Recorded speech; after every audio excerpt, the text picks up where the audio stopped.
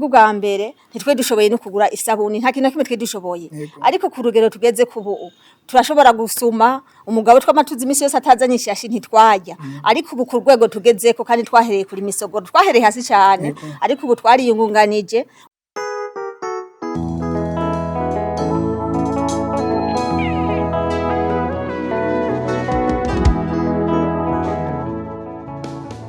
Kwigenekerezo rya 17 ukwezi kw'indwi mu 2023 ishirahamwe ry'amashengero ya Pentecote mu Burundi CEPBU riserukiwe n'abanyamabanga bakuru baryo Pasteur Hakizimana Nicolas na Ingenieur Nkunzimana Frederic baragendeye misiyoni ya Nyanza Lac nk'imwe mu mamisiyoni asanzwe arangurirwamwo imigambi itandukanye ya CEPBU.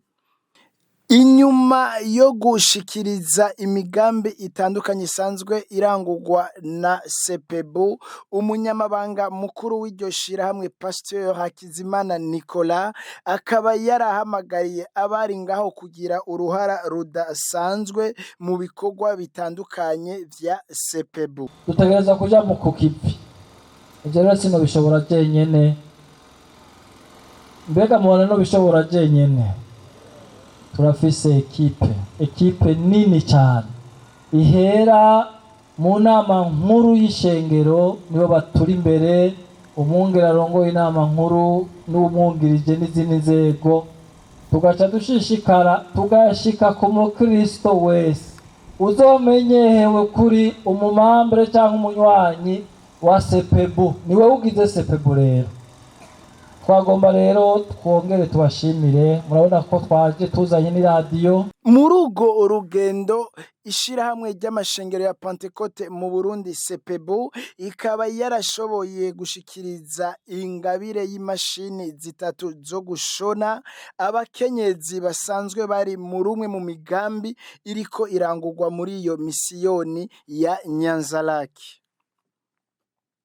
Nayo umwungere wa mbere w'ishengero rya Pentecote Misiyoni Nyanza Lac, Reverend Pasteur Karenzo Charles akaba yarashimiye vy'umwihariko ishirahamwe ry'amashengero ya Pentecote mu Burundi CEPBU kukuntu rikora ritiziganya kugira ngo imigambi ibandanye iranguka muri iyo misiyoni arongoye. Bashikiye kandi representare gaye na ekipe yose abakozi b'Imana, Imana yahezagiye bakagira gute bakadushikira kure, atokabayebo ivyari gukunda.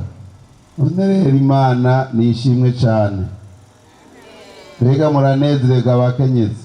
Yego. Murabona ko bishoboka gutera imbere?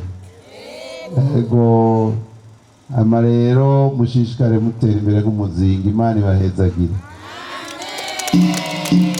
Nayo inyuma y'ivyo bikorwa radio ubutumwa bw'Amahoro ikaba yarashoboye kuganira n'umupfasoni shingwa bikorwa ry'uwo mugambi uri kurangwa muri iyo misiyoni ya Nyanza Lac, ikaba yaraganiriye kandi na bamwe mu bakenyezi bashoboye kuronka iyo ngabanwa. Ubutumwa bw'Amahoro yaramutse ibagendera Nyanza Lac, twashoboye kubona baronse ingabanwa z'imashini.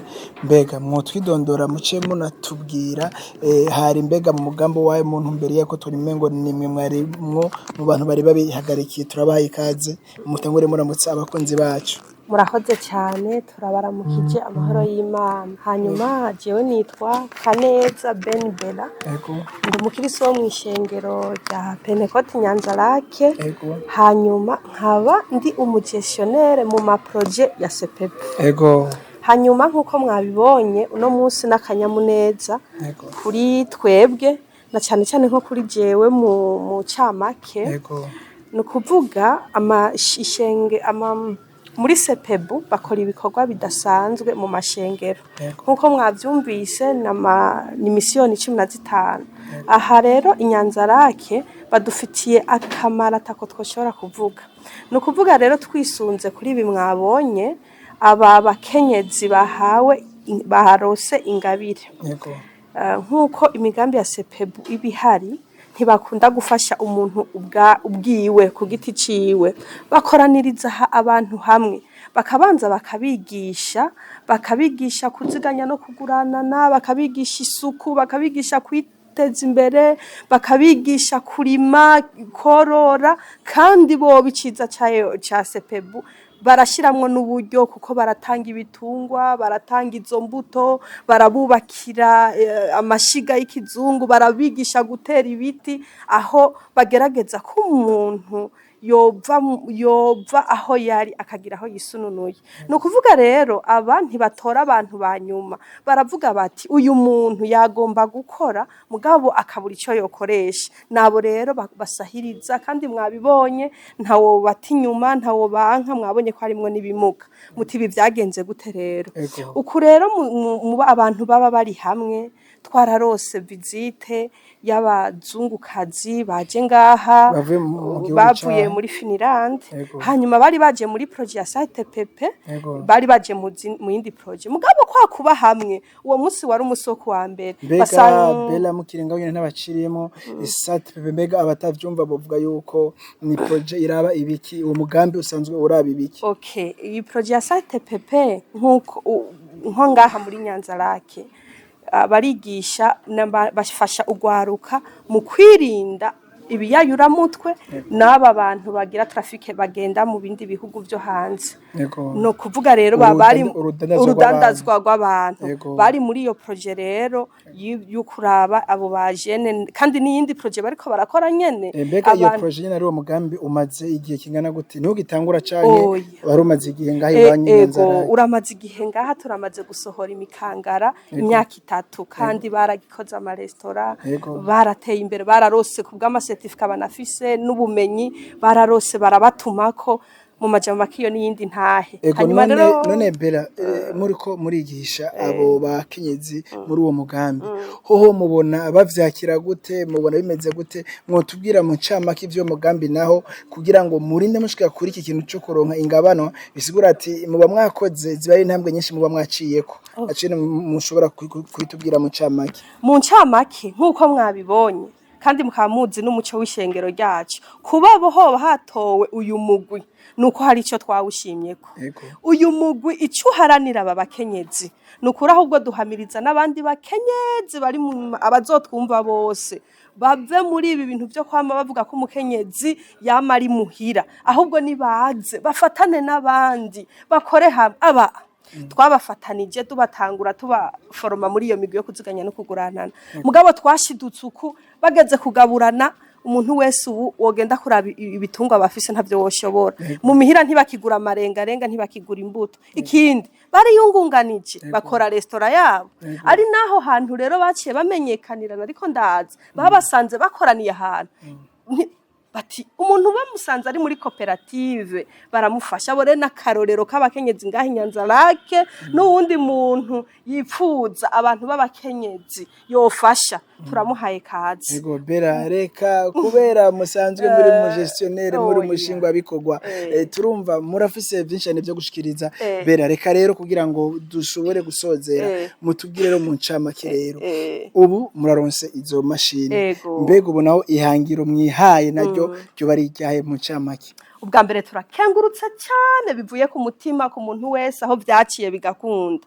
Ariko twibukanye n'abantu 23 twarose 3, byumvikana ko haracari mugabo turayishima, kandi iyo yuguruye ibi turazi ko izokugura n'ibindi. None rero tugiye kuja hamwe turabe ngena byokogwa, ariko turazi ko byose bizoja ku murongo. Turashimiye rero Imana yabikoze, dushimiye aho byaciye hose, dushimiye na radio Amahoro iduhaye akanya ngo dusanzure umunezero wacu. Turabashimiye nawe. Bela reka natwe tubashimire, mugire ibihe vyiza, murakoze cyane. Murakoze nawe. Mahoro cyane. Namahoro. Turabona ko muri umwe mu bakenyezi bashoboye kuronka ingabanwa y'imashini, mbega murashobora kwidondora ku bakunzi bahazi ubutumwa bw'Amahoro twashoboye kubagendera uno munsi, bamye bati ninde ubu tuvugana nawe?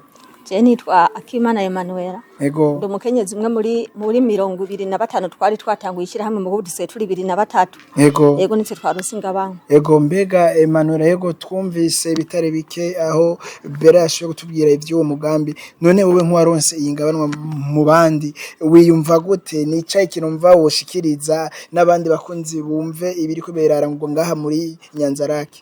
Je ciyumvira no shikiriza no gushima mu bisanzwe kuko nk'ubu nka jewe imashine zije hageze.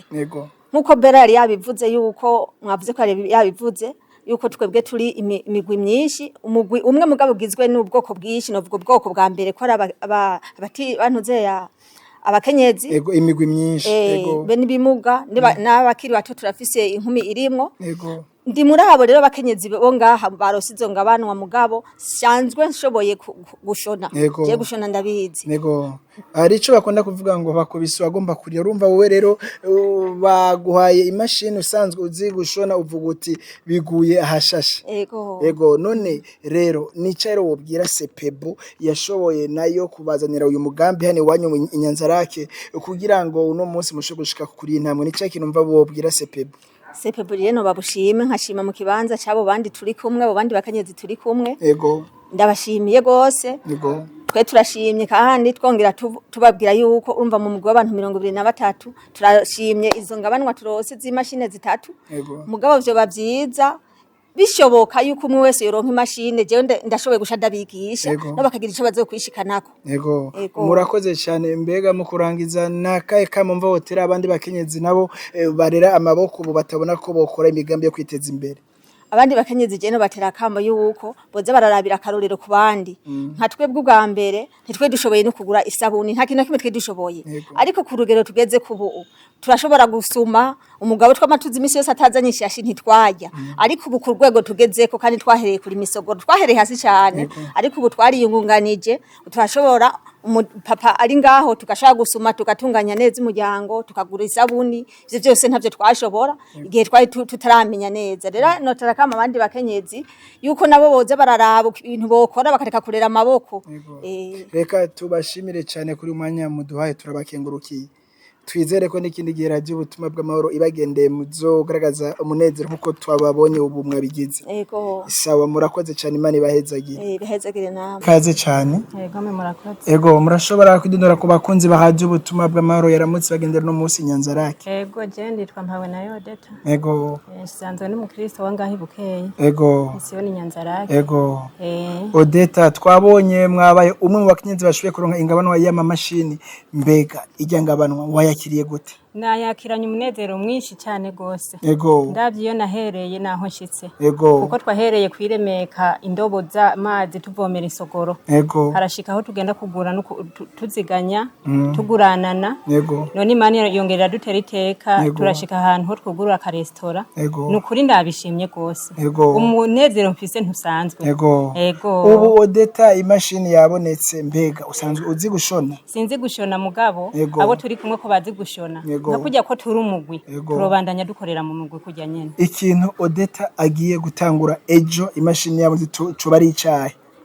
Odeta cagiye gutangura tumanza kwiga. Twige tukore gute muri wa mugwi, turaba ukuntu vyogenda turi hamwe, kuko ikintu cy'umugwi ntiwiyadukiza uri umwe. Oya, turokwiga dukore gute, dukorere hehe. Odeta, imigambi kabiri kugira ngo amushame ry'amashengero ya Pentecote mu Burundi CEPBU. Mbega CEPBU nayo nakaye kajambo umva uyibwira kari ku mutima kubona yaragize uruhara rudasanzwe kugira ngo iyi migambi ishobore kuranga hani wanyu Nyanza Lac? CEPBU ndayishimira gose. N'abatari twebwe barabafata mu mugongo. Kandi natwe nyene mu kubashimira intango iratanguye. Turi abantu 23. Rero bakoze ko twiyumvirako n'undi munsi kaze bongere batwiyumvireko. Tukiri muri CEPBU nyene no munsi radio yashoye gushika hani wanyu. Mbega Odeta, mbega mwahora mubona radio ubutumwa bw'Amahoro kenshi ngahi wanyu Nyanza Lac? None nakaye kanane radio nayo nice umva wobwira iradio nayo kubona uno munsi twashoboye kubasanga ngahi wanyu aho mubaye tukabagendera? Nukuri ndashimiye radio kuba itugendeye. Nundi munsi kaze. Kandi nkashimira n'abakenyezi bo babahe batwumva baze biyunge babe nka twebwe baze dukorana ibikorwa twoye kwaya amaboko dusegerereza oya ego. Odeta, reka tugushimire kuri kano kanya ushoboye guhereza radio ubutumwa bw'amahoro n'abakunzi bawe. Reka turagushimiye cyane Odeta. Ego memurakotse. Twizere ko n'ikindi gihe tubagendeye muzotokira nk'uko nyine tubona mwabikoze neza cyane. Imana ibahezagire cyane. Amen. Ramukije. Ego mbega murashobora kuvuga ninde tuko turaganira mukidondora muri uyu mwanya? Uwo muri ko muraganira ku izina jewe nitwa Misago Rosinette. Ego. Abasengera mu kanisa rya Pentecote Misiyoni ngaha ibuke. Ego. Ego turabona Rosinette. Turabona muri umwe mu bakenyezi bashoboye kuronka ingabana uno munsi aho CEPBU yaramutse ishikiriza amamashini hano kuri misiyoni ya Nyanza Lac.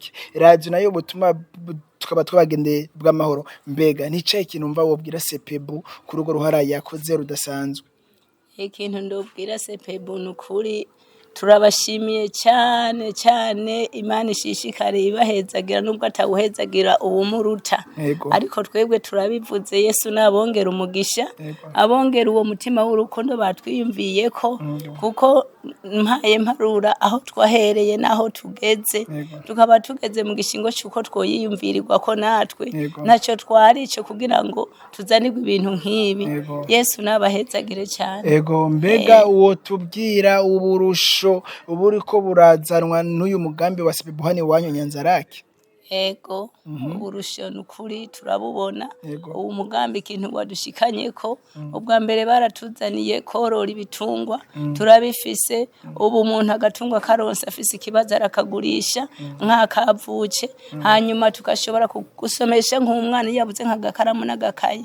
Ubu ntitugironka gufata abagabo ngo duhemerera imboga, kuko tugenda kwanga zijya renga mu mihira, hanyuma kagahera tugafise tugasuma tukazana muhira, kandi turabona karusho ko tugeze no kwi restaurant aho dufise yini ntambuko nini. Ego.